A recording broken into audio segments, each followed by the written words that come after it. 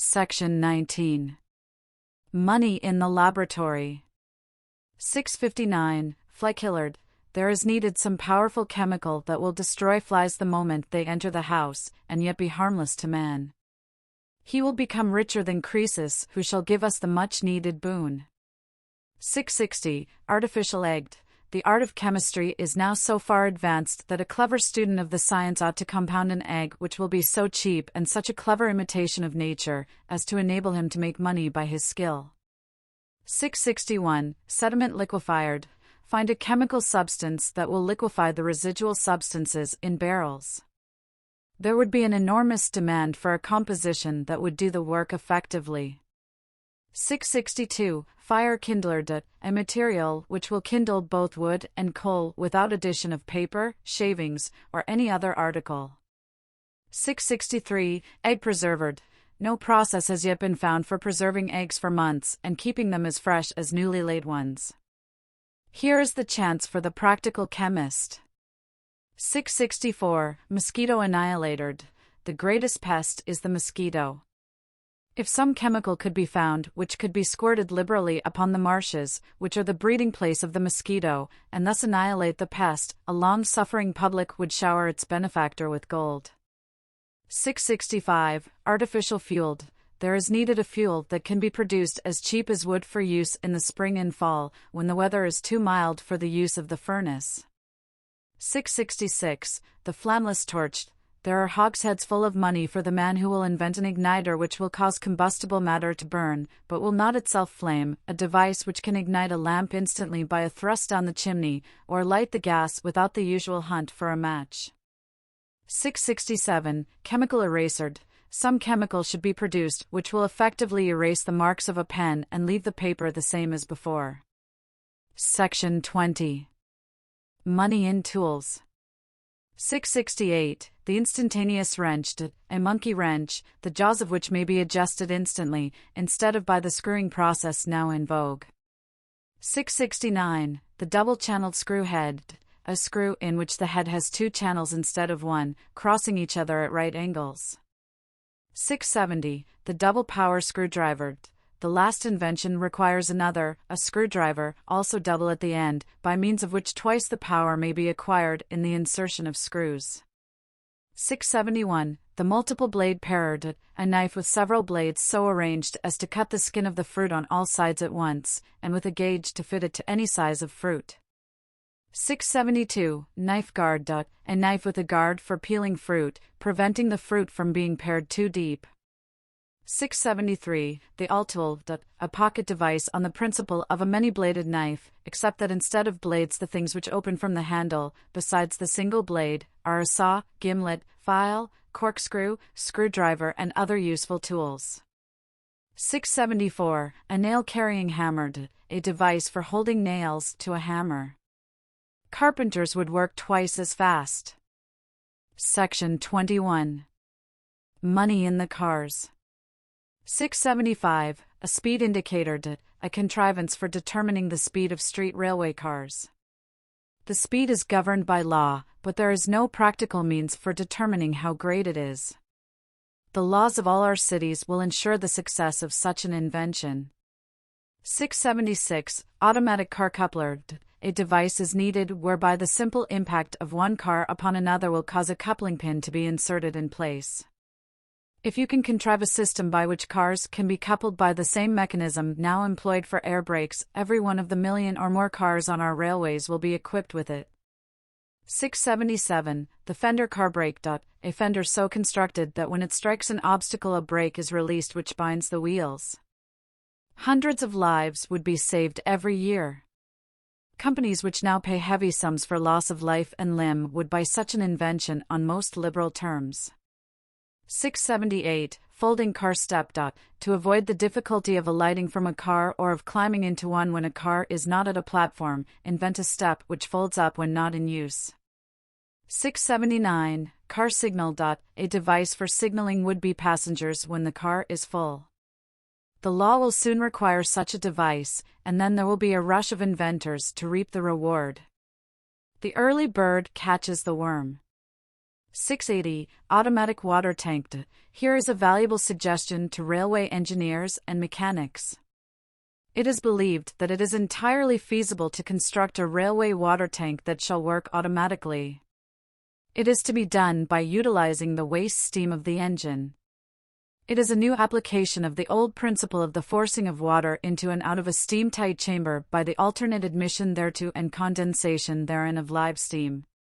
The condensation produces a vacuum, and the pressure of the external atmosphere forces water into the tank.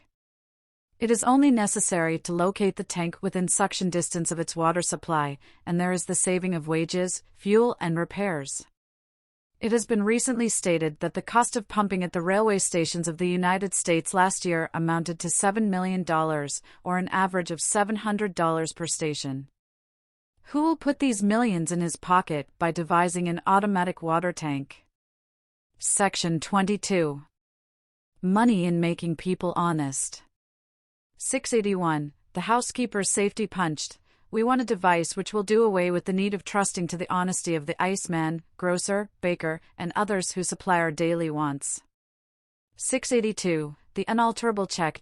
Invent a small, flat leather case with lock and key, into which the check or checks will securely fit.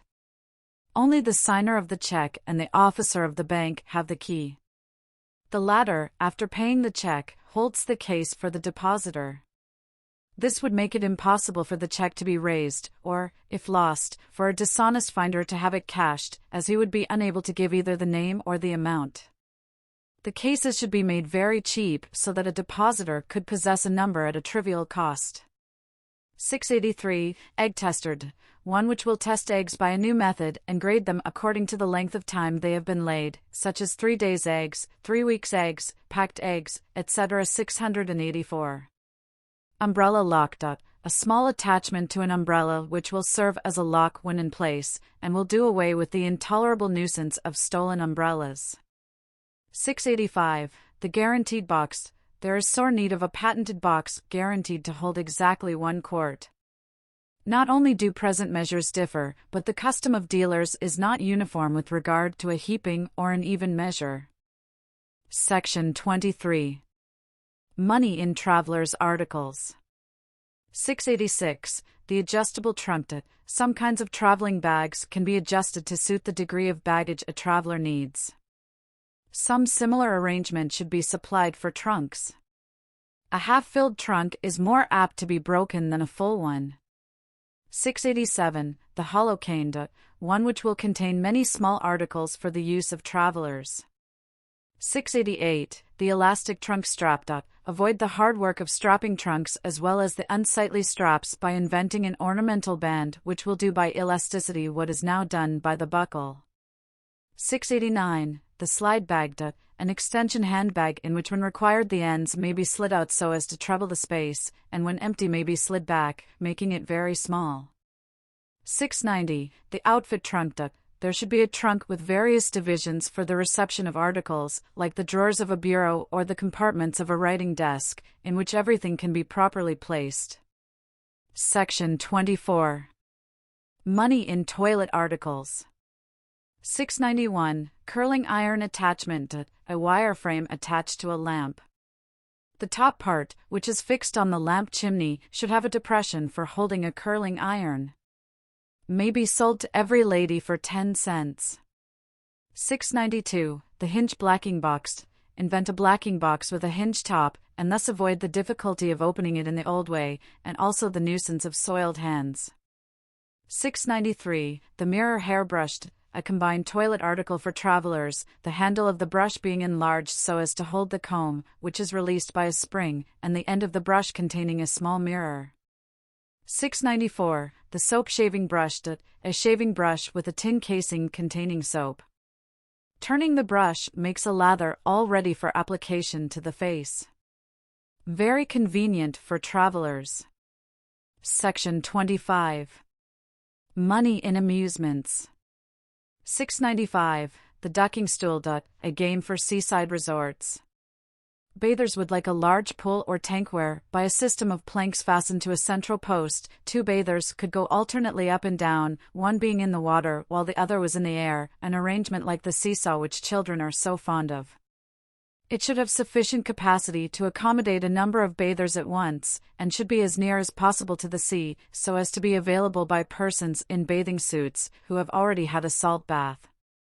696. The double motion swing, a swing or scup, in which the swinger can raise himself up and down at the same time he is being carried backward and forward.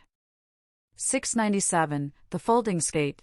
The man who will invent a skate which can be folded and put in the pocket will not only confer a boon upon millions of skaters, but will also put a snug fortune in his own pocket. 698. Bicycle boat. A boat in which the pedal movement, as used in the bicycle, is employed for driving power, and the boat is propelled in the water somewhat after the manner that the bicycle goes upon the land. Section 27. Money in minerals. 703. Galvanized iron. If you can discover a process for galvanizing iron which will save 1/10 of a cent in its present cost, you will, figuratively speaking, sink a shaft into an endless mine of gold, for the amount of galvanized iron now in use is enormous, and the range of its usefulness is constantly increasing. 704. Metal extractor. A solution which will precipitate gold or silver from the ore, and thus save immense sums now expended in the crushing of the ore. Such an invention would revolutionize the mining industry and make the inventor enormously rich.